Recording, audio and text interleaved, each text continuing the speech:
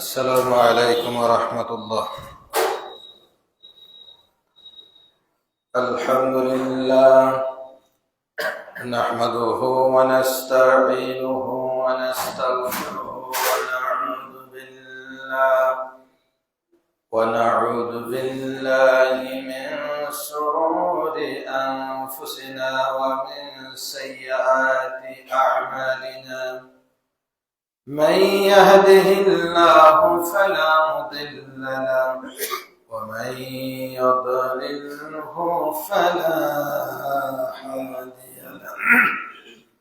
وأشهد أن لا إله إلا الله وأشهد أن محمدا عبده ورسوله.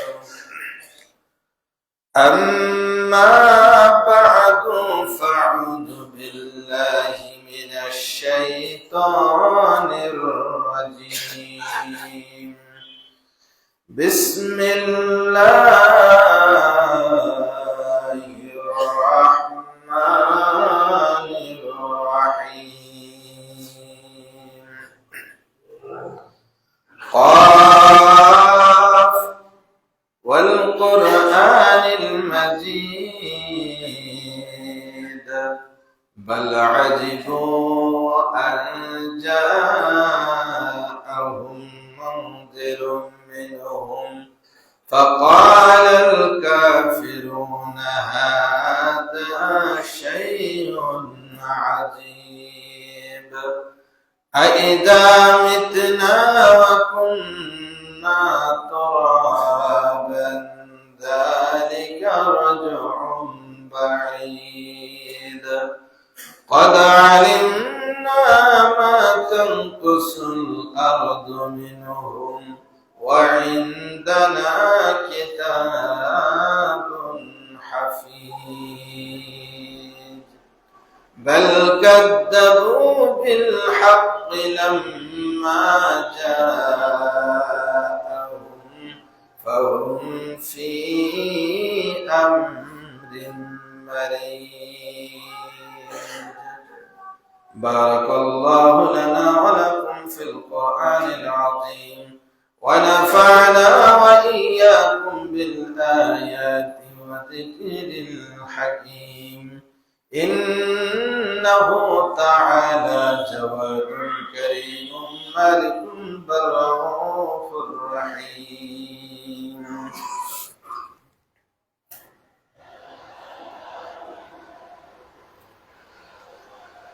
الحمد لله الذي لم يزل عالما قديرا حيا قيما سميعا بصيرا. أشهد أن لا إله إلا الله وأشهد أن محمدا عبده ورسوله. أما بعد فأعوذ بالله من الشيطان الرجيم. بسم الله الرحمن الرحيم. أقيموا الصلاة وآتوا الزكاة. وقال تعالى وأوصاني بالصلاة والزكاة ما دمت حيا. যাবতীয় প্রশংসা মহান আল্লাহ সুবহানাহু ওয়া তাআলার। শাহী দরবারে নিবেদন করছি যে আল্লাহ তাআলা আমাদেরকে সালাতুল জুমা আদায়ের লক্ষ্যে অত্র বাইতুল ফালাহ জামে মসজিদে জামায়াত হওয়ার তৌফিক দান করেছেন। সকলেই পড়ছি আলহামদুলিল্লাহ। দরুদ পেশ করছি নবী মুহাম্মদ সাল্লাল্লাহু আলাইহি ওয়াসাল্লামের প্রতি।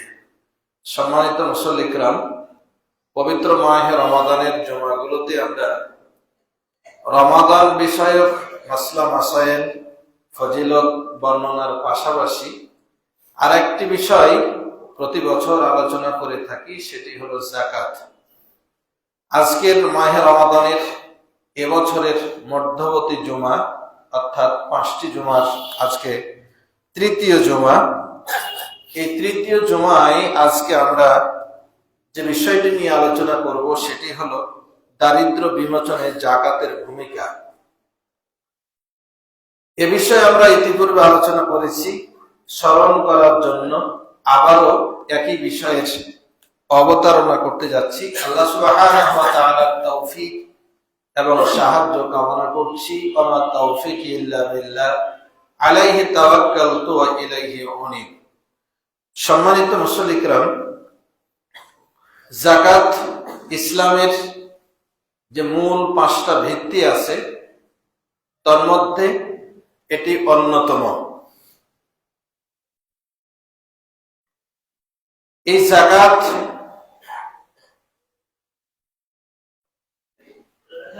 এমন একটি ইবাদত যেটা ব্যক্তিকে এবং তার সম্পদকে পবিত্র করে। কারণ যাকাত শব্দের শাব্দিক অর্থই হচ্ছে পবিত্র করা। এই যাকাতের আরেকটি অর্থ আছে, সেটি হলো বৃদ্ধি হওয়া। যাকাত এমন একটি ইবাদত যে ইবাদত বাস্তবায়ন করলে বান্দার সওয়াব বৃদ্ধি পাবে, পাশাপাশি তার সম্পদও বৃদ্ধি পাবে। বাহ্যিক দৃষ্টিতে মনে হতে পারে সম্পদ কমে যাবে, কিন্তু আভ্যন্তরীণ ভাবে, রুহানি ভাবে সালাতের সাথে একসাথে আলোচনা করেছেন। কোরআনুল কারীমে আল্লাহ সুবহানাহু ওয়া তাআলা যত জায়গায় সালাতের কথা বলেছেন, পাশাপাশি যাকাতের কথা বলেছেন। আমরা সাধারণত বলে থাকি নামাজ, রোজা, হজ, যাকাত। নামাজের পরেই, সালাতের পরেই আমরা রোজাকে স্থান দেই, কিন্তু আল্লাহ সুবহানাহু ওয়া তাআলা সালাতের পরে যাকাতকে স্থান দিয়েছেন। আকিমুস সালাহ ওয়া আতুজ যাকাত। যত জায়গায় আকিমুস সালাত পাবেন তত জায়গাতেই সালাতের পাশাপাশি যাকাতের আল্লাহ তাআলা আলোচনা করেছেন। একটি হলো আল্লাহর হক, আর একটি হলো বান্দার হক। সালাত হলো আল্লাহর হক, যাকাত হলো বান্দার হক। সালাত এর চাইতে যাকাতের বিষয়টা বেশি গুরুত্বপূর্ণ। সালাতের চাইতে যাকাতের ক্ষেত্রটা তুলনামূলক বেশি গুরুত্বপূর্ণ, ভয়াবহ। কারণ সালাত যদি আপনি আদা না করেন, কোনো কারণে ছেড়ে দেন, আল্লাহ তাআলা ইচ্ছা করলে আপনাকে মাফ করে দিতে পারেন, কারণ এটা আল্লাহর হক, আল্লাহর ব্যক্তিগত ইচ্ছাধীন। কিন্তু যাকাত যদি আমরা আদা না করি, আল্লাহ তো শাস্তি দেবেন। কারণ এই যাকাতে গরীব দুঃখীর যে হকটা ছিল, এই গরীব দুঃখীরা যদি আপনাকে আমাকে মাফ না করে, তাদের এই অধিকার প্রাপ্তির বিষয়ে আল্লাহর আদালতে যদি মামলা দায়ের করে ফেলে, তাহলে বান্দা ক্ষমা না করা পর্যন্ত আল্লাহ ক্ষমা করবেন না, কারণ এটা বান্দার হক। এজন্য আমি সালাত আদায় করলাম না, ক্ষমা প্রাপ্তির দিকটা একমাত্র আল্লাহর মধ্যে সীমাবদ্ধ। কিন্তু যাকাতের বিষয়টা জটিল এই কারণে, যাকাত কোন একক ব্যক্তির হক নয়। এখানে 8টি খাত জড়িত, বহু জনগোষ্ঠী এর সাথে সন্নিবেশিত। সুতরাং এই বিশাল সংখ্যক মানুষের কাছে ক্ষমা চাওয়াটা বিশাল একটা কষ্টসাধ্য এবং অত্যন্ত জটিল একটা প্রক্রিয়া। এজন্য সম্মানিত মুসল্লি কিরাম, আমাদেরকে এই যাকাতের বিষয়টা অতীব গুরুত্বের সাথে মাথায় নিয়ে আমাদেরকে বাস্তবায়ন করা জরুরি। রমাদান মাসে আমরা সিয়ামের বিষয়ে আমরা জানতে পেরেছি। আল্লাহ তাআলা বলছেন তোমাদের উপর সিয়াম ফরজ করা হয়েছে, কুতিবা আলাইকুমুস সিয়াম। দ্বিতীয় অংশে বললেন কামা কুতিবা আলাল্লাযীনা মিন ক্বাবলিকুম, এই সিয়াম শুধু তোমাদের উপর ফরজ নয়, বরং তোমাদের পূর্ববর্তী সকল উম্মতের উপর ফরজ ছিল। তো সিয়ামের মতো যাকাতটাও সকল উম্মতের উপর ফরজ ছিল। হয়তো ভাববেন যে এটা শুধু আমাদের উপর আল্লাহ দায়িত্ব দিয়েছেন, না, এটা সকল নবীদের উপর, সকল নবীর উম্মতের উপর দায়িত্ব ছিল। সূরা মারিয়ামের 31 নম্বর আয়াতে আমরা দেখতে পাই হযরত ঈসা আলাইহিস সালাম একটি কথা তার জাতির সামনে বলেছিলেন। ওই কথাটা আল্লাহ তাআলা কোরআনুল কারীমে কোট করছেন এই বলে, ওয়া আওসানি বিস সালাতি ওয়াজ যাকাতি মা দুমতু হাইয়া। হযরত ঈসা আলাইহিস সালাম বলছেন ওয়া আওসানি, আমার রব, আমার পরওয়ারদিগার আল্লাহ সুবহানাহু ওয়া তাআলা আমাকে আদেশ করেছেন সালাতের, আমাকে আদেশ করেছেন যাকাত দিতে, মা দুমতু হাইয়া, আমি যতদিন বেঁচে থাকবো ততদিন পর্যন্ত। এ কথা দ্বারা বুঝতে পারা যায় যে যাকাতের বিধান পূর্ববর্তী নবীদের উপরেও ফরজ ছিল। তো সম্মানিত উপস্থিতি, এই যাকাত কতটুকু সম্পদ হলে আমরা দেব? যাকাতের নেশাব হলো 7.5 ভরি স্বর্ণ অথবা 52.5 ভরি রৌপ্য, অথবা 7.5 ভরি স্বর্ণ অথবা 52.5 ভরি রৌপ্যের সমপরিমাণ সম্পদ। যদি 1 বছর অতিক্রম হয় তাহলে এটা যাকাতযোগ্য সম্পদ হিসাবে গণ্য হবে। মনে করেন আজকে আপনি 7.5 ভরি সোনার মালিক হলেন অথবা সেই পরিমাণ সম্পদের মালিক হলেন, আজকে আপনার উপর যাকাত ফরজ নয়। এই 7.5 ভরি স্বর্ণ বা 52.5 ভরি রৌপ্য বা তার সমপরিমাণ সম্পদ আজকে প্রাপ্তির পর থেকে 1 বছর পর্যন্ত যদি আপনার হাতে থাকে, আগামী বছর যদি এই সম্পদ থাকে তাহলে আগামী বছর আপনার উপর যাকাত ফরজ। গত বছর যদি এই পরিমাণ সম্পদ আপনার হাতে থেকে থাকে এবং আজকে গিয়ে ওই পরিমাণ সম্পদ অবশিষ্ট থাকে 1 বছর পরে, তাহলে গত বছরের সম্পদটা এবছর যাকাত লাগবে। এখানে একটা বিষয় খেয়াল করতে হতে পারে, এই সম্পদ প্রাপ্তির বিষয়টা পুরো সময় থাকতে হবে তা নয়, মধ্যখানে যদি কমেও যায় তাহলে আপনাকে যাকাত লাগবে। মনে করেন গত বছর আপনার কাছে 5 লাখ টাকা ছিল, বছরের মধ্যখানে এসে কোনোভাবে 1 লাখ হয়ে গেছে বা ব্যালেন্স 0 হয়ে গেছে, কিন্তু বছর শেষে এসে আবার 5 লাখ জমা হয়ে গেছে, তাহলে যাকাত লাগবে। অর্থাৎ এই উদ্বৃত্ত পরিমাণ সম্পদ যদি 1 বছর পার হয়, মধ্যখানে কম বেশি হতে পারে, বছর শেষে যদি ব্যালেন্স যাকাতের নেশাবে পৌঁছে যায় তাহলে সম্পদ যাকাত দিতে হবে। তো সম্মানিত উপস্থিতি, এই যাকাত এটাকে বোঝা নয়, এটাকে আমাদের জন্য সুবর্ণ সুযোগ হিসেবে গ্রহণ করা উচিত। 2-3 বছর আগে যাকাত দেওয়াটা যতটা সহজ ছিল, এবছর কিন্তু অনেকটা কঠিন হয়ে গেছে। 5 বছর আগেও রূপার দাম ছিল এই 700, 800 বা 900 টাকা ভরি, স্বর্ণের দামটাও অনেক কম ছিল। 5 বছর আগে দেখা গেল 50,000 টাকা আপনার কাছে থাকলেই যাকাত আপনি দিতে পারতেন, কিন্তু এবছর 4,500 টাকা ন্যূনতম রূপার দাম ভরি, তার মানে প্রায় 2,36,000 টাকা আপনার ব্যালেন্সে থাকতে হবে। আর স্বর্ণের হিসাব যদি করেন তাহলে তো প্রায় 19.5 লক্ষ টাকা মতো দিতে হবে। মানে এত পরিমাণ স্বর্ণের দাম বৃদ্ধি পেয়েছে। তো আমরা রৌপ্যের দামটাকে নিসাব হিসাবে বিবেচনা যদি করি, এবছর এই 2,36,000 অথবা 2.5 লক্ষ টাকা যদি আপনার হিসাবে থাকে তাহলে আপনাকে যাকাত দিতে হবে।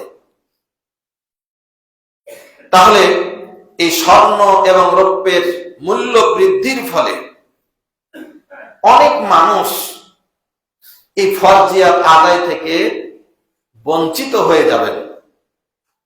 কাজেই এই দামটা যদি আরো বৃদ্ধি পায় আগামীতে, তাহলে কিন্তু এবছর তো 2.5 লাখ টাকা থাকলে আপনি যাকাত দিতে পারবেন, আগামী বছর কিন্তু এটা আরো জটিল হয়ে যেতে পারে। এজন্য এটাকে বোঝা নয়,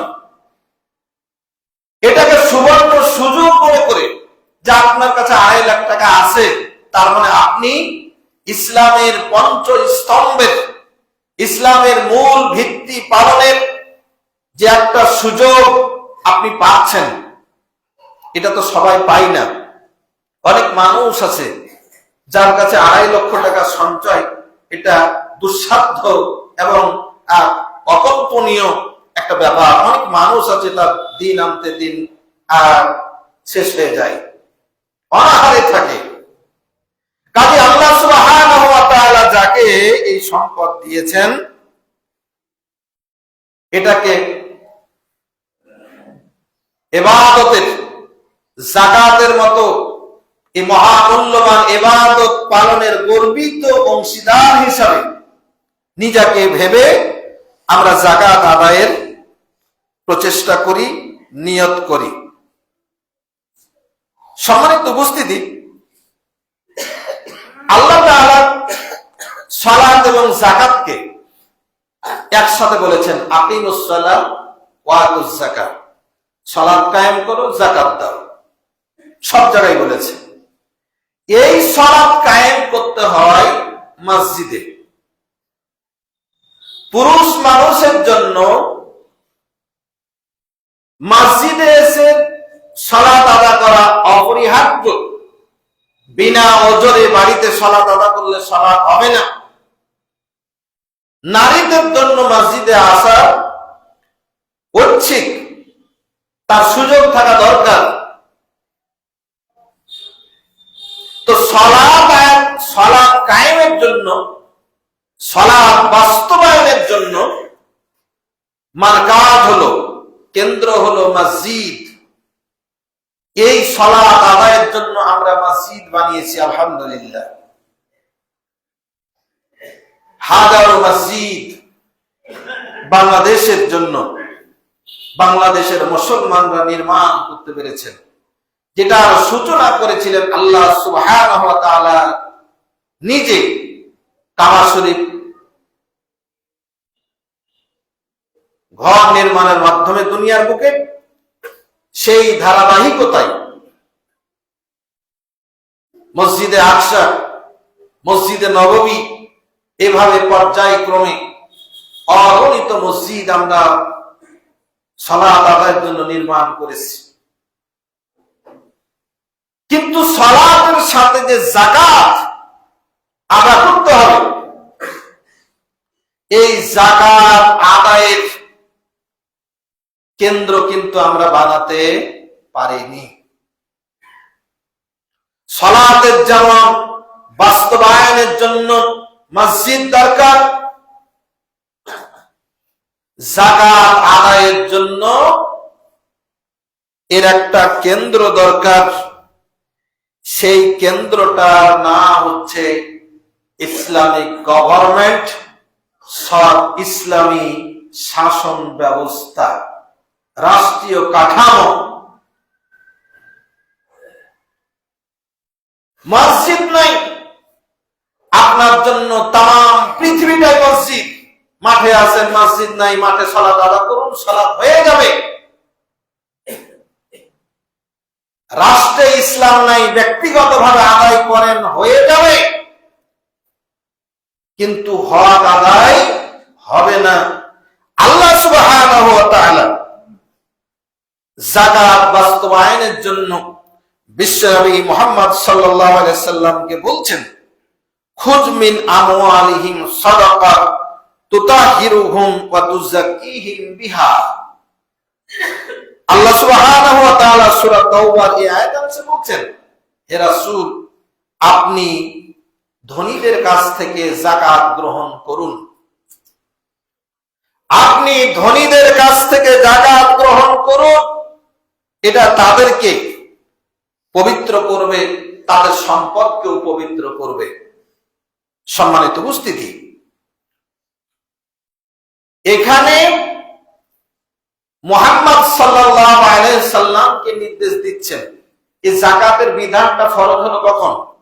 মদিনায় গিয়ে। আল্লাহ তাআলা মক্কায় যাকাত এর বিধান দান করেনি, কারণ মক্কাতে তখনও ইসলামী শাসন ব্যবস্থা প্রতিষ্ঠিত হয়নি। এই শাসন ব্যবস্থা প্রতিষ্ঠিত হয়নি বিধায় আল্লাহ তাআলা যাকাতের বিধানও দেননি। মদিনায় গিয়ে ইসলামী শাসন ব্যবস্থা কায়েম হওয়ার পরবর্তীতে সাথে সাথে আল্লাহ তাআলা যাকাতের বিধান দিলেন। যাকাতের বিধান দিয়ে আল্লাহ তাআলা রাসূল সাল্লাল্লাহু আলাইহি ওয়াসাল্লামকে বলছেন, হে শাসক মুহাম্মদ সাল্লাল্লাহু আলাইহি ওয়াসাল্লাম, খুয মিন আমওয়ালিহিম সাদাকা, আপনি শাসক হিসাবে ধনীদের কাছ থেকে যাকাত উসুল করুন এবং দরিদ্রের মাঝে বিতরণ করে দিন। সম্মানিত উপস্থিতি, এটি কোরআনের আয়াত। আসুন হাদিসে একটু জানি। বুখারী শরীফের 1395 নম্বর হাদিস। ইবনে আব্বাস রাদিয়াল্লাহু তাআলা আনহুমা তিনি হাদিস বর্ণনা করে বলছেন, আন্না নবী সাল্লাল্লাহু আলাইহি সাল্লাম বাআসা মুআযান ইলাল ইয়ামানি। হযরত মুআয রাদিয়াল্লাহু তাআলা আনহুকে রাসূল সাল্লাল্লাহু আলাইহি সাল্লাম ইয়ামানের গভর্নর নিযুক্ত করে প্রেরণ করলেন। ফাকাল, এবং তাকে নির্দেশনা দিলেন, উদউহুম ইলা শাহাদাতি আল্লা ইলাহা ইল্লাল্লাহ। মুআয, তোমাকে ইয়ামানের গভর্নর করে পাঠালাম, তোমার প্রথম দায়িত্ব হচ্ছে তুমি ইয়ামানের মানুষদেরকে আগে কালেমার দাওয়াত দিবা। তাদেরকে বলবা যে তোমরা পড়ো আশহাদু আল্লা ইলাহা ইল্লাল্লাহ। কালেমা যদি গ্রহণ করে তাহলে বলো ওয়া আন্নী রাসূলুল্লাহ সাল্লাল্লাহু আলাইহি সাল্লাম, যে মুহাম্মদ সাল্লাল্লাহু আলাইহি সাল্লাম আল্লাহর রাসূল, এটা তারা মানে কিনা। ফাইনহুম আতাউল যালিক, ইয়ামানের মানুষেরা যদি এই দুইটা কাজের স্বীকৃতি দেয়, তোমার দাওয়াত গ্রহণ করে, তাহলে ফালিমুহুম, তাদেরকে জানিয়ে দাও, ঘোষণা দিয়ে দাও, তাদের জন্য সরকারি ফরমান জারি করে দাও, আন্নাল্লাহা ক্বাদ ইফতারাজা আলাইহিম খামসা সালাওয়াতিন ফি কুল্লি ইয়াউমিন ওয়া লাইলা। আল্লাহকে এবং তার রাসূলকে মেনে নিতে যদি তারা সম্মতি জ্ঞাপন করে, তাহলে তাদেরকে জানিয়ে দাও তোমাদের জন্য দিনে রাতে 5 ওয়াক্ত সালাত আদায় করা বাধ্যতামূলক, করতেই হবে। ফাইনুহুম আতাউল যালিক, যদি তারা সালাত আদায়ের ব্যাপারে সম্মতি জ্ঞাপন করে, ফালিমুহুম, তাহলে তাদেরকে জানিয়ে দাও, আন্নাল্লাহা ইফতারাজা আলাইহিম সাদাকাতান ফি আমওয়ালিহিম, যে আল্লাহ তাআলা তাদের সম্পত্তিতে যাকাত ফরজ করেছেন। তুখাযু মিন আগনিয়াইহিম, এটা গ্রহণ করবে তাদের ধনীদের কাছ থেকে, ওয়া তুরাদ্দু আলা ফুকারাইহিম, এবং এই সম্পত্তিটা তুমি ওসুল করে নিয়ে দরিদ্রের মাঝে বিতরণ করে দেবে। ফাইয়াকা ওয়া কারাইমা আমওয়ালিহিম, এই শোনো, সম্পদ ওসুল করতে গিয়ে খেয়াল রাখবা যেন ভালো ভালো সম্পত্তি গেলা নিয়ে নিবা, এটা যেন না হয়, বরং যাকাত দাতা সে যে ধরনের সম্পদের মালিক, যে ধরনের ফসল পেয়েছে, খেজুরের যাকাত নিবা, ওসর নিবা, ভালো মন্দ মিশ করে নিবা, শুধু ভালোটা নিয়ে নিবা, এটা যেন না হয়। ওয়াত্তাকি দাওয়াতাল মাজলুম, আরেকটা জিনিস খেয়াল রাখবা, যাকাত ওসুলের দায়িত্ব দিলাম, তার মানে এই আদায় করতে গিয়া যতটুকু ইসলামের নির্দেশ ততটুকুই বাস্তবায়ন করবা। এর এক পয়সা যেন জুলুম করা না হয়। যাকাত আদায় করতে গিয়া যাকাতের সাথে যেন চাঁদাও জড়িত না হয়ে যায়। কোন ধরনের জুলুম করা চলবে না। কারণ এই জুলুম যদি করো তাহলে শুনে রাখো, লাইসা বাইনাল্লাহি ওয়া বাইনা হিজাব, তাহলে এই মাজলুম এবং আল্লাহর মধ্যে কোনো পর্দা থাকবে না। তোমার শাসিত জনগোষ্ঠী যদি তোমার বিরুদ্ধে একটা দীর্ঘ শ্বাস ফেলে, এই শ্বাসের মধ্যে যেই অনুভূতি আছে মুখ দিয়ে বলা লাগবে না, অনুভূতির আওয়াজটাই আল্লাহর কাছে পৌঁছে যাবে। সুতরাং কোনো জুলুম করবে না।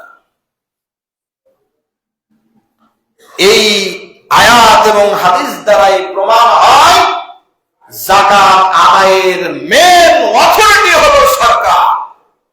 ফকির আপনার বাড়ি বাড়ি গিয়ে ধর্ণা দেবে আর আপনি অনুগ্রহ করে শাড়ি দিবেন আর লুঙ্গি দিবেন, এটা যাকাত নয়। যাকাত দিতে হবে অর্থ দিয়ে। আমরা আজীব একটা জাতি। এই যে সাদাকাতুল ফিতর আছে, সাদাকাতুল ফিতর বলা হয়েছে তোয়াম দিয়ে, খাদ্য দিয়ে দিবা, আর যাকাত দিবা অর্থ দিয়া। আমরা ওখানে হিকমত খাটালাম, চাইলে চাইতে তো এই টাকায় বেশি লাভজনক, বুদ্ধি খাটালাম। চাল দিলে গরিব নিতে যায় না, ফকির নিতে যায় না, চাল দিয়ে বেচে আবার কমে যায়, নানা ধরনের বুদ্ধি। সুতরাং অর্থ দিয়ে জায়েজ ফতোয়া আবিষ্কার করলাম, ঠিক আছে। রাসূল বলছেন খাদ্য দিয়ে ফিতরা দাও, ওখানে আমরা উল্টে দিলাম, টাকা দিয়ে ফিতরা শুরু করলাম। রাসূল বলছেন, আল্লাহ বলছেন সম্পদ দিয়ে, টাকা দিয়ে যাকাত দাও, আমরা টাকাটাকে আমরা লুঙ্গি শাড়িতে কনভার্ট করলাম। না, এই যাকাত হবে না। যাকাত দিতে হবে টাকা দিয়েই, যাকাত দিতে হবে টাকা দিয়েই, যাকাত দিতে হবে টাকা দিয়েই, এবং এই যাকাত আদায় করতে হবে সরকারকে।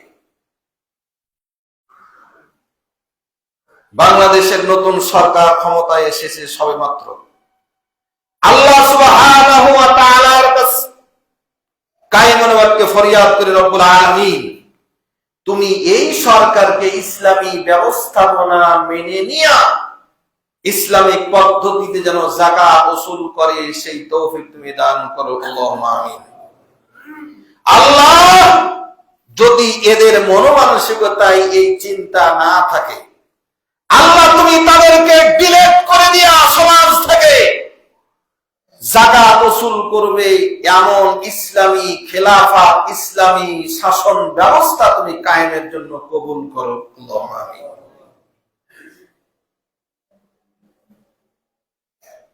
এটা গেল সরকারের জন্য দোয়া।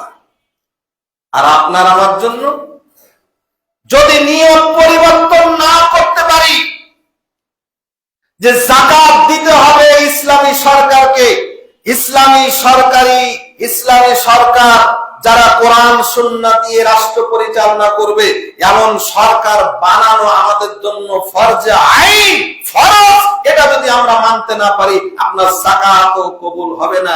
যাকাত কবুল না হলে সালাতও কবুল হবে না। এজন্য নিয়ত করেন, অতীতে যা ভুল করেছি, আগামীতে যদি সুযোগ পাই, আমরা ইসলাম ছাড়া অন্য কোন নেতৃত্ব মানি না, মানব না। যদি মানে ইসলাম ছাড়া অন্য কোন নেতৃত্বের পিছনে দৌড়, আল্লাহর কসম, এই যাকাত আদায়ের ক্ষেত্র তৈরি করতে না পারার কারণে শাসক শাসিত সকলকে আল্লাহর আদালতে কাঠগড়ায় দাঁড়াতে হবে।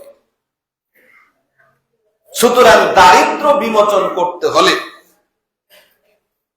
এই রাষ্ট্রীয় কাঠামোর আলোকে যাকাত দেওয়া ছাড়া কোনো উপায় নাই। আপনি যাকাত দিচ্ছেন, ফকির ভিক্ষা নিচ্ছে, এই ভিক্ষাবৃত্তি দারিদ্র বিমোচন সম্ভব নয়। এর মাধ্যমে আল্লাহ কেন রাষ্ট্রের মাধ্যমে করলেন? আল্লাহ চান বান্দার মাথা কেবলমাত্র আল্লাহর সামনে নত হবে, কোন মানুষের সামনে নয়। একজন ফকির যখন আপনার কাছে যাকাত দেবে, চাইবে, আপনি দিলেন, এখানে দুইটা ক্ষতি। ওই যাকাত গ্রহীতা কোনদিন আপনার সামনে মাথা উঁচু করে দাঁড়াতে পারবে না, সব সময় নত থাকবে, আমি তো যাকাত খেয়েছি মুখের কাছে। আর যাকাত দাতার মনের মধ্যে এই অহমিকা থাকবে, এ আমার যাকাত খেয়ে তুই বড় হয়েছিস। তাহলে যাকাত দাতা অহংকার করার কারণে ধ্বংস হবে, যাকাত গ্রহীতা আল্লাহ ছাড়া মানুষের সামনে মাথা নিচু করে থাকার কারণে ধ্বংস হয়ে যাবে। আল্লাহ চান না কোন মানুষের মাথা নত হোক, আল্লাহ চান না কোন মানুষ গর্ব করে ধ্বংস হোক। এজন্য সরকারি সিস্টেমে যাকাত ওসুল হবে, সরকার অনুদান দেবে। মাননীয় প্রধানমন্ত্রী বাংলাদেশের ঘোষণা দিয়েছেন, তার ইস্তেহারে ফ্যামিলি কার্ড দেবেন। আলহামদুলিল্লাহ, স্বাগত জানাই। মাননীয় প্রধানমন্ত্রী, আপনি ঘোষণা দেন, আপনি যাকাত কার্ড গ্রহণ করবেন, যাকাত ওসুল করে যাকাতের প্রাপকদের জন্য যাকাত কার্ড বিতরণ করেন। এই যাকাত কার্ড যদি বিতরণ করতে পারেন, যাকাত কার্ডের মাধ্যমে জনগণ তার অধিকার বুঝে নেবে, কারো সামনে কারো মাথা নত হবে না। আল্লাহ খুশি হবেন, শান্তি নাযিল করবেন। আল্লাহ সুবহানাহু ওয়া তাআলা আমাদের শাসক শাসিত সকলকেই এই যাকাত বোর্ড, যাকাত ফাউন্ডেশন গঠন করার তৌফিক দান করুন, আল্লাহুম্মা আমিন।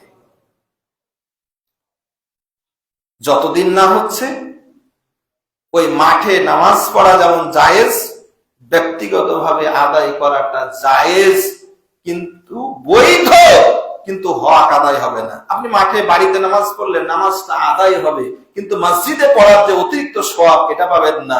ঠিক তেমনি যাকাত একাই দিলে আদায় হবে বটে, কিন্তু যাকাতের যে ফজিলত পাবেন না। ফজিলত পেতে হলে সরকার গঠন করে সরকারকে যাকাত দেন, সরকার যাকাত ওসুল করবে বাধ্যতামূলক ভাবে। সম্মানিত উপস্থিতি,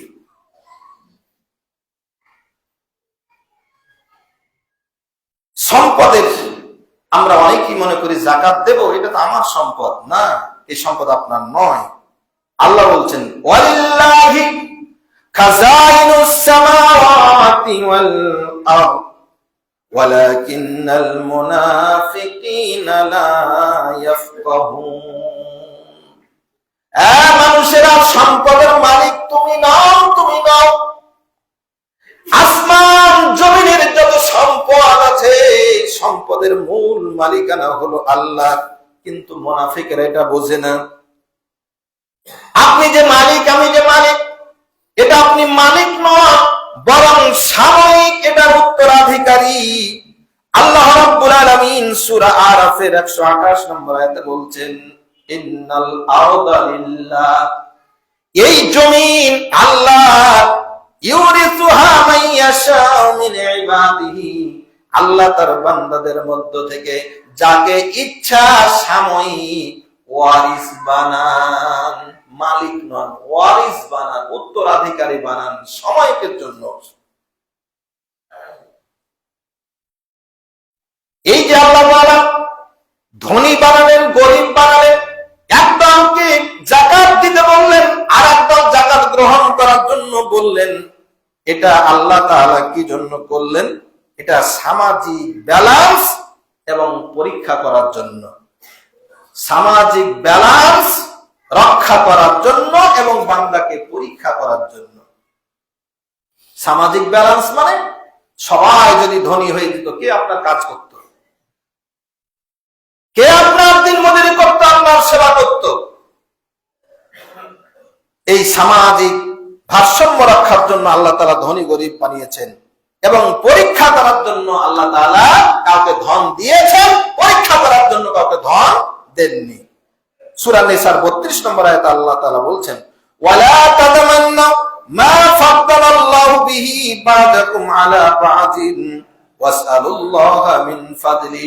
হে গরীবেরা, সম্পদের জন্য ওইভাবে লালায়িত হয়ো না, বরং তোমরা আল্লাহ রাব্বুল আলামিনের কাছে তার কল্যাণ চাও। আল্লাহর কাছে কল্যাণ চাও। আল্লাহ যদি সম্পদ আমি লাভ করতে পারি তাহলে আমি যাকাত দিয়ে দেব, কল্যাণ চাও।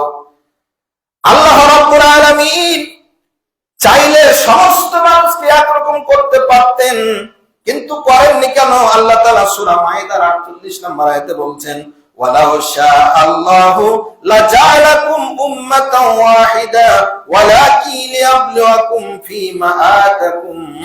আল্লাহ তাআলা চাইলে সমস্ত মানুষকে এক কোয়ালিটির করে দিতে পারতেন, কিন্তু করেননি। কারণে লিয়াবলুয়াকুম, তোমাদেরকে পরীক্ষা করার জন্য, ফীমা আতাকুম, তোমাদেরকে আল্লাহ যা দিয়েছেন এটার পরীক্ষা করার জন্য আল্লাহ দেননি। ফাস্তাবিকুল খায়রাত, সুতরাং দুনিয়ার মানুষেরা কল্যাণ লাভের জন্য তোমরা প্রতিযোগিতা করো। দেরি করো না, আজকে সময় হয়েছে, আজকে যাকাত আদায় করে দাও। সম্মানিত উপস্থিতি, এখন কোন কোন পণ্যে যাকাত দেবেন সংক্ষেপে বলে আলোচনা শেষের দিকে নিয়ে যাই। যাকাতের জন্য উট, যেহেতু এদেশে নাই, তারপর শুনে রাখেন, উটের যাকাত হলো যদি 5টা উট থাকে তাহলে একটা ভেড়া যাকাত দিতে হবে। 25টা যদি উট হয়ে যায় তখন একটা উট দিতে হবে। 25টা উট হয়ে গেলে একটা উট দিতে হবে। ছাগল যদি 40টা থাকে তাহলে একটা দিতে হবে। গরু মহিষ যদি 30টা হয় তাহলে একটা গরু যাকাত দিতে হবে। ফসল যদি আপনার হয়, এটাকে বলা হয় ওসর, 10 ভাগের 1 ভাগ, অথবা সেচ দিয়ে করলে নিসফে ওসর, 20 ভাগের 1 ভাগ দিতে হবে। টাকা পয়সায় এবং ব্যবসায়িক পণ্যে এটা আপনার এই 7.5 ভরি বা 52.5 ভরি সোনা বা রূপার দামের সম পরিমাণ টাকা হলেই আপনাকে আমাকে যাকাত দিতে হবে। সম্মানিত উপস্থিতি, এখন আপনার যে সম্পদ আছে, যে কোনো একটা হবে তা নয়। মনে করেন আপনার কিছু ব্যবসার টাকা আছে, কিছু ব্যাংকে আছে, কিছু ফিক্সডে আছে, যত সম্পদ আছে সবগুলোকে কালেক্ট করে এক জায়গায় যোগ করে দেখেন যে আপনার কতটা সম্পদ হলো। যদি আপনার ঋণ থাকে তাহলে ঋণটাকে মাইনাস করেন। ঋণ রেখে যাকাত নয়, ঋণ পরিশোধ করার পরে মনে করেন আপনার 10 লাখ টাকা পুঁজি আছে, 5 লাখ টাকা ঋণ আছে, তাহলে আপনার পুঁজি দাঁড়ালো কত? 5 লাখ টাকা। এই 5 লাখ টাকা যাকাত দান করবেন। কোথায় দিবেন যাকাতটা? আল্লাহ রাব্বুল আলামিন সূরা তাওবার 60 নম্বর আয়াত আল্লাহ তাআলা বলে দিয়েছেন, ইন্নামাস সাদাকাতু লিল ফুকারা। এই সাদাকা প্রাপ্তির হকদার হলো 1 নম্বর ফকির, 2 নম্বর মিসকিন, 3 নম্বর হলো ওয়াল আমিলিনা আলাইহা, যাকাত আদায়ের কর্মচারী। এই যে বললাম যে রাষ্ট্র আদায় করবে, রাষ্ট্র আদায় করবে। রাষ্ট্র আদায় করলে তো একটা কর্মচারী থাকবে, এই কর্মচারীর বেতন এখান থেকেই দিতে পারবে। অনেক সরকার এখান থেকে, অনেক সরকার আবার এই যাকাতের একটা অংশ নেয়। আপনাদের এলাকায় নেয়, কিন্তু আমাদের এলাকায় অনেকে নিয়ে নেয়, আমি দেখেছি। তো এই সরকার তার একটা অংশ নিতে পারবে তখন যদি সরকার প্রত্যেক বাড়ি বাড়ি গিয়ে যাকাত ওসুল করে, তাহলে, নতুবা নয়। তাহলে যাকাত আদায়ের কর্মচারী একটা অংশ পাবে। ওয়াল মুআল্লাফাতি কুলুবুহুম, হৃদয় জয় করার জন্য, মনে করেন একটা মুসলমান অমুসলিম, মুআল্লাফাতি কুলুব হলো সমাজের একটা অমুসলিম, সে আপনার প্রতি খুব সহানুভূতিশীল, আপনি টার্গেট করে করে তাকে দিতে পারেন, মনোভাব ভালো, যদি তাকে হেল্প করেন তাহলে সে মুসলমান হয়ে যেতে পারে। এই দ্বীনের বৃহত্তম স্বার্থে অমুসলিমদেরকে এই সহায়তা করবেন যাকাত থেকে। অফির রিকাবি, দাস মুক্তির জন্য। দাস মুক্তি তো, দাস এখন প্রথা আমাদের সমাজে নাই। এখান থেকে ওলামা ইকরাম বলছেন, কেউ যদি বিনা অপরাধে মজলুম হয়ে জেলখানায় বন্দী হয়ে যায়, এই বন্দীকে মুক্তি করার জন্য যাকাতের ফান্ড থেকে দেওয়া যাবে। ওয়াল গারিমিনা, ঋণগ্রস্ত ব্যক্তি, ঋণে জর্জরিত হয়েছে, ঋণ পরিশোধ করতে পারছে না, আবার হাত পাততে পারছে না, এই ঋণগ্রস্ত ব্যক্তিদেরকে যাকাত দেওয়া যাবে। ওয়াফি সাবিলিল্লাহ, আল্লাহর রাস্তায়। এই সাবিলিল্লাহর খাতটা বিশাল একটা খাত। আল্লাহর রাস্তায়, আল্লাহ দ্বীনকে বুলন্দ করার জন্য যারা কাজ করে, এখানে মেন মানে হলো আল্লাহ রাস্তায় যারা জিহাদ করে, দিনকে প্রতিষ্ঠার জন্য, মুজাহিদ বাহিনীর জন্য, এই দিন প্রতিষ্ঠার জন্যই যারা এলেম চর্চা করেন, মসজিদ নয় মাদ্রাসাগুলো বা বিভিন্ন জনকল্যাণমূলক কাজ এখানে দেওয়া যাবে। ওয়াবনিস সাবিল, আর হলো মুসাফির হয়তো দেশে সম্পদ আছে কিন্তু বিদেশে এসে সম্পদ হানি হয়ে গেছে তার, তাহলে তাকেও দেওয়া যাবে। আল্লাহ রাব্বুল আলামিন বলছেন ফারিদাতাম মিনাল্লাহ, এই যাকাত বন্টনের এই খাতটা আল্লাহর পক্ষ থেকে ফরজ, এটা বাধ্য আপনি দিতে।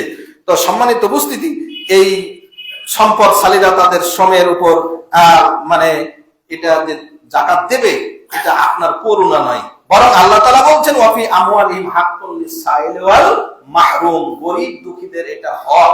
সুতরাং গরীবকে যেন আপনার কাছে আসতে না হয়, আপনি গরীবের বাড়ি বাড়ি গিয়ে এই সম্পদটা দিয়ে দেবেন, গরীবের বাড়ি বাড়ি গিয়ে দিয়ে দেবেন। এই 8 জনকে দিতে হবে এমনটি নয়, 8টা খাতে আপনাকে বিতরণ করতে হবে সমানভাবে এমনটি নয়, যে কোনো এক খাতেও আপনি দিয়ে দিতে পারেন। তো সম্মানিত উপস্থিতি, এই যাকাতের যেই খাতগুলো আছে এগুলো যে কোনো একটা খাতে আপনি তার জন্য বিনিয়োগ করতে পারেন, তাকে স্বাবলম্বী করতে পারেন। এবং এই যাকাত শুধু দিলে হবে না, যাকাত দেওয়ার পরে একটু মনিটরিংও করতে হবে। এদের মতো শাসকের দরকার। মনিটরিং মানে কি? আল্লাহ রাসূল মুহাম্মদ সাল্লাল্লাহু আলাইহি ওয়াসাল্লামের কাছে একজন আনসারী সাহাবী কিছু চাইতে গেলেন, রাসূল সাল্লাল্লাহু আলাইহি ওয়াসাল্লাম তাকে দিলেন না, বললেন তোমার বাড়িতে কিছু আছে কি? বললো হ্যাঁ, একটা কম্বল আছে আর একটা কাঠের পিয়ালা আছে যেটাতে আমি পান করি। তো বলছে ওই দুটা জিনিসই নিয়ে আসো। বলছে আর কিচ্ছু না, বলছে ওই দুটাই নিয়ে আসো। তো আল্লাহ রাসূল নিয়ে আসলে ওই দুইটা জিনিস নিয়ে ডাকে তুলে দিলেন, এই দুইটা জিনিস, এই কম্বলটা আর এই পানির পাত্রটা, কাঠের পিয়ালাটা কে কিনবা? এক সাহাবী বললেন আমি 1 দিরহাম দেব। বলছে আর কি কেউ দিতে পারবা? আর কেউ বেশি দিতে পারবা? আর কেউ দিতে পারবা? এক সাহাবী বললেন আমি 2 দিরহাম দেবো। ঠিক আছে, ওকে, তোমাকে দিয়ে দেওয়া হলো।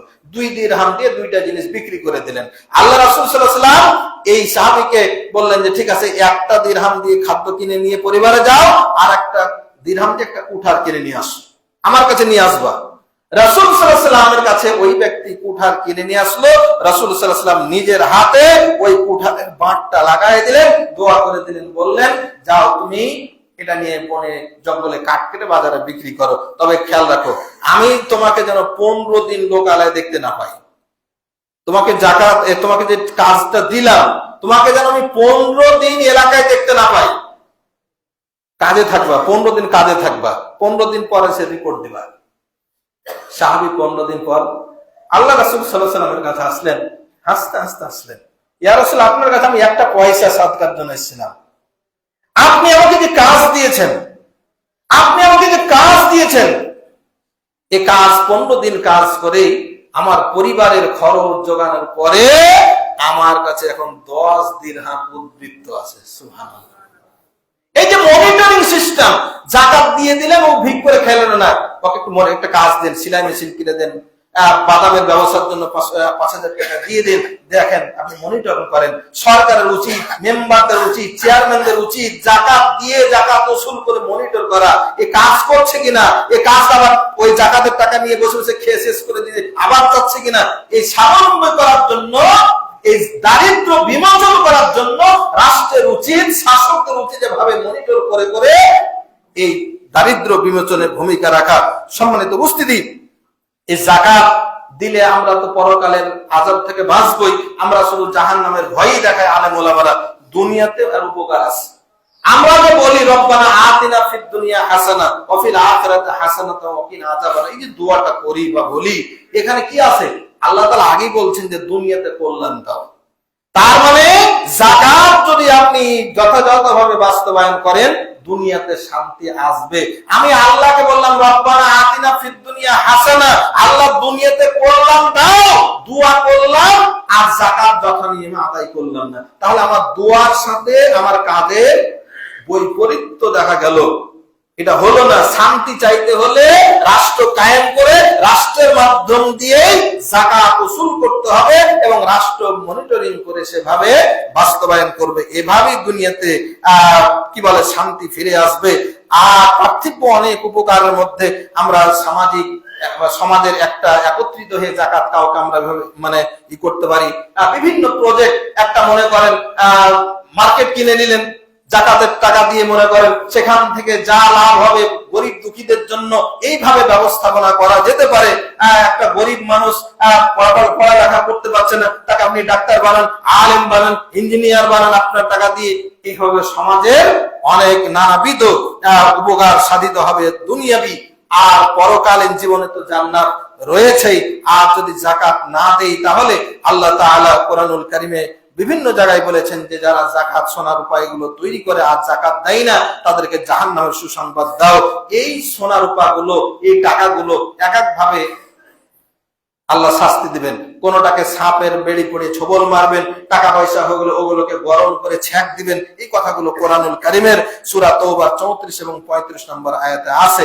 আল্লাহ সুবহানাহু ওয়া তাআলা আরেকটি যেটি বলেছেন পরকালীন শাস্তির ব্যাপারে, যে যারা জাকাত দেবে না কিয়ামতের দিন তার গলায় এই যে বেড়ি পরাবে।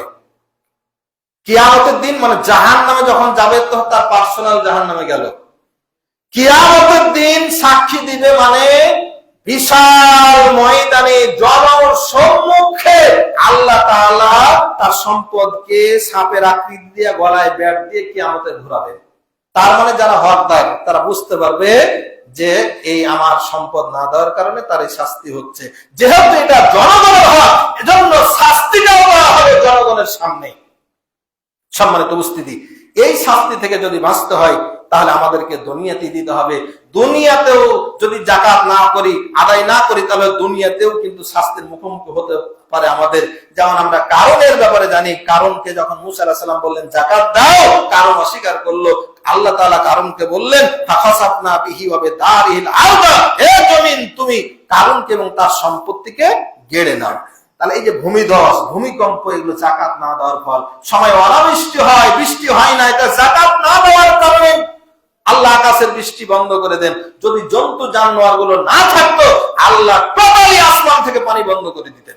সুতরাং আল্লাহর আযাব গজব থেকে বাঁচতে আমাদেরকে যাকাত অবশ্যই অবশ্যই যথা নিয়মে দান করতে হবে। আরেকটা যে বিষয়টা খেয়াল রাখবেন সেটি হলো, এটা ঐচ্ছিক একটা মাসালা, সেটি হলো মনে করেন আপনার যাকাত পরিমাণ মাল আছে কিন্তু দিলেন না, অথবা দেওয়ার সময় পেলেন না। আপনি যাকাত বের করতে যাচ্ছেন, ঠিক তার আগে আপনার মৃত্যু হয়ে গেল। এখন এই মৃত্যু ব্যক্তি যাকাত যে আদায় করলেন না, এটার ব্যাপারে মাসালা হলো, মানুষ যখন মারা যায় তার সম্পত্তি চারটা হক। এক নম্বর হক হলো তার টাকা দিয়ে তার দাফন কাফন হবে। দুই নম্বর হলো তার টাকা দিয়ে আগে ঋণ পরিশোধ করতে হবে। যত মানুষ তা আপনার টাকা পাবে, ঋণ পরিশোধ করতে গিয়ে যদি সকল সম্পত্তি ব্যয় হয়ে যায়, আগে ঋণ পরিশোধ করতে হবে, তারপর অন্য কাজ। তো বান্দার ঋণ তো পরিশোধ করবেন, যাকাতটা তো একটা ঋণের মধ্যেই পড়ে। এজন্য অনেক ওলামা ইকরাম বলেছেন যে ওয়ারিসদের কাজ হলো এই যাকাতটাও আদায় করে দেওয়া উত্তম। তবে কোন সদস্য যদি মনে করে যে না আমি দেব না, তাহলে এখানে সে বাধ্য নয়।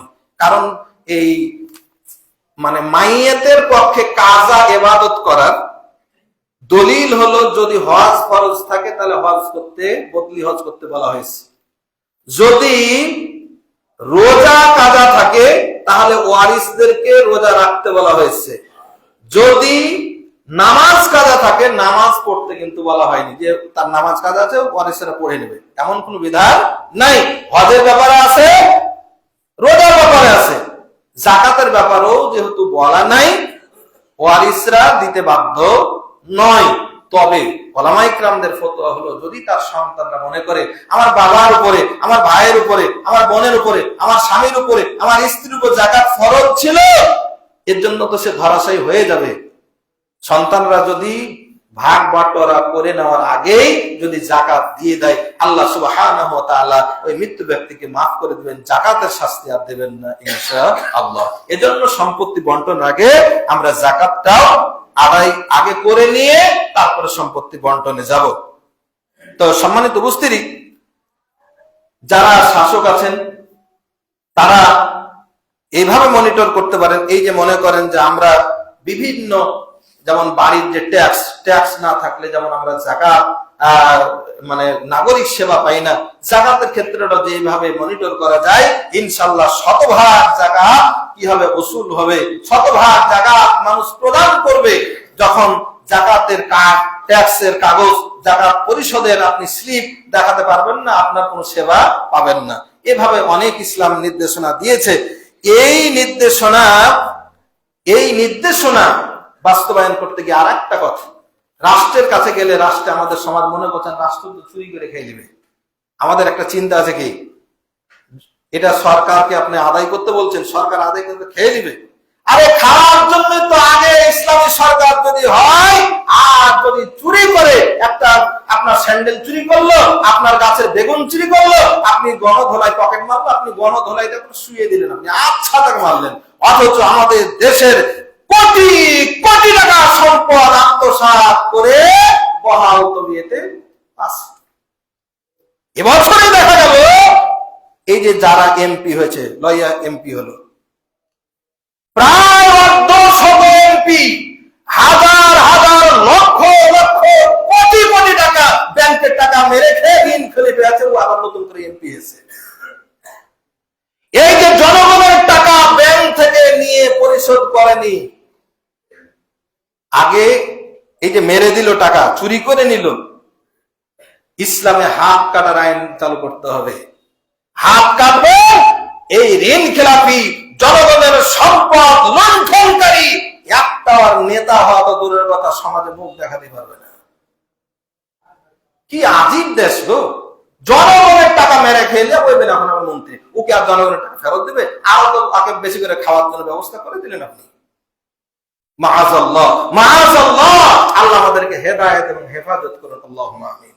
আল্লাহ এই দারিদ্র বিমোচনের জন্য জাকাতের যে বিধান তুমি দিয়েছো, রব্বুল আলামিন তুমি আমাদেরকে জাকাতের বিধান বাংলাদেশের জমিনে তুমি কায়েম করে দাও, আমিন। আল্লাহ পবিত্র মাহে রমাদানে তাম বিশ্বে একটা যুদ্ধ অবস্থা, যুদ্ধ বিরাজমান। আল্লাহ এই যুদ্ধে মুসলমানদেরকে তুমি হেফাজত করো। আল্লাহ আমার প্রাণ প্রিয় মাতৃভূমি বাংলাদেশকে তুমি যুদ্ধের ভয়াবহতা থেকে, যুদ্ধের ক্ষতিকর প্রভাব থেকে আমাদের দেশকে, দেশের মানুষকে হেফাজত করো। রব্বুল আলামিন কাফির মুশরিকদেরকে তুমি হেদায়েত দাও। তাদের নসিবে হেদায়েত না থাকলে তাদেরকে তুমি তাদের দেশ ও জাতি সহ ধ্বংস করে দাও। রব্বুল আলামিন আমাদের বাইতুল ফালা জামে মসজিদকে তুমি কবুল করো। এখানকার সকল মুসল্লিকে আল্লাহ তুমি হেদায়েত এবং হেফাজত করো। এই মসজিদে যারা অতীতে দান করেছেন, আজকেও করেছেন, করবেন, সবার দানকে প্রত্যেকের নাজাতের জন্য কবুল করো। খাস করে আজকে দান করেছেন আলহাজ নুরুল ইসলাম, তিনি 1000 টাকা দিয়েছেন। আল্লাহ তাআলা তার এই দানকে কবুল করুন, তার মনস্কামনা পূর্ণ করুন। যারা মাওলানা জামাল উদ্দিন 110 টাকা দিয়েছেন, আল্লাহ তুমি তার দানকে কবুল করুন। সম্মানিত উপস্থিতি, অনেকের মনে আছে যে মসজিদের হয়তো টাকা প্রয়োজন নাই, তাই দিচ্ছি না। না, আপনার দায়িত্ব হচ্ছে আপনার সম্পদ থেকে মসজিদের দান অব্যাহত রাখা। কারণ মসজিদের দানটা এমন দান, আল্লাহ তাআলা রাসূল বলছেন, মান বানা লিল্লাহি মাসজিদান বানাল্লাহু লাহু বাইতান ফিল জান্নাহ। মসজিদের উন্নয়নের জন্য যারা দান করবে, আপনার জান্নাতটা কত বড় হবে, আপনার দানের পরিমাণটা যত বড় হবে। সুতরাং দান আমরা অব্যাহত রাখবো। এই রমাদান মাসে আরেকটা দান আমরা করি, সেটা হলো তারাবি ফান্ডে একটা দান অব্যাহত আছে। অনেক জায়গায় দেখা যায়, ভাই ইমাম সাহেবের টাকা দিয়ে যান জি, ইমাম সাহেবের নিয়তে কেউ টাকা দিবেন না। আর এখানে ইমাম সাহেবের নিয়তে টাকা নেওয়াও হয় না। তারাবি একটা ফান্ড আছে, ইমাম সাহেবের নিয়ত যদি দেন, মুয়াজ্জিন সাহেবের নিয়ত দেন, আপনার দেওয়া জায়েজ নয়, ইমাম সাহেবের নেওয়াও জায়েজ নাই। আপনি মসজিদে দান করবেন, একটা ফান্ড আলাদা, একটা নাম রাখা হয়েছে, তাই প্রতি বছর দিয়ে থাকেন। মাননীয় সেক্রেটারি সাহেব বলেছেন আপনাদেরকে স্মরণ করিয়ে দেওয়ার জন্য, তাই আমি স্মরণ করিয়ে দিচ্ছি। প্রতি বছর আপনারা যেই এই ফান্ডে টাকা দান করেন, ইমাম মুয়াজ্জিন খাদেম যারা থাকে, 2 ঈদের সমপরিমাণ, 2 টাকা বেতন দেওয়া হয়, 2 টাকা বোনাস দেওয়া হয় এই ফান্ড থেকে। সুতরাং আমরা আশা করি এবছরও আপনারা মসজিদে দান করবেন। এটাকে ইমাম মুয়াজ্জিনের ভাতা নয়, নিয়ত করবেন মসজিদে দান করছি, মসজিদ কর্তৃপক্ষ তখন এটা বোনাস দেবে।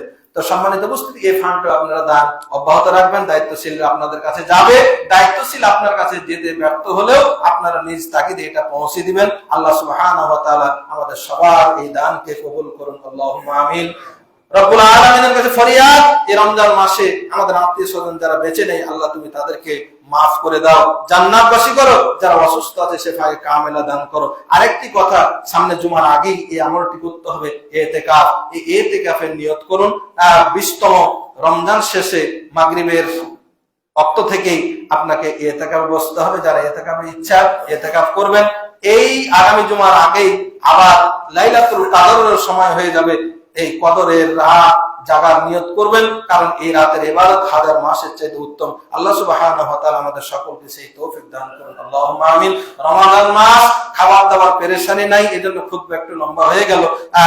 তো আল্লাহ তাআলা আমাদের যা কিছু আলোচনা হলো আমাদেরকে যথাযথভাবে বুঝে আমল করার তৌফিক দান করুন। আল্লাহুম্মা আমিন। ওয়া আখিরু দাওয়ানা আলহামদুলিল্লাহি রাব্বিল আলামিন।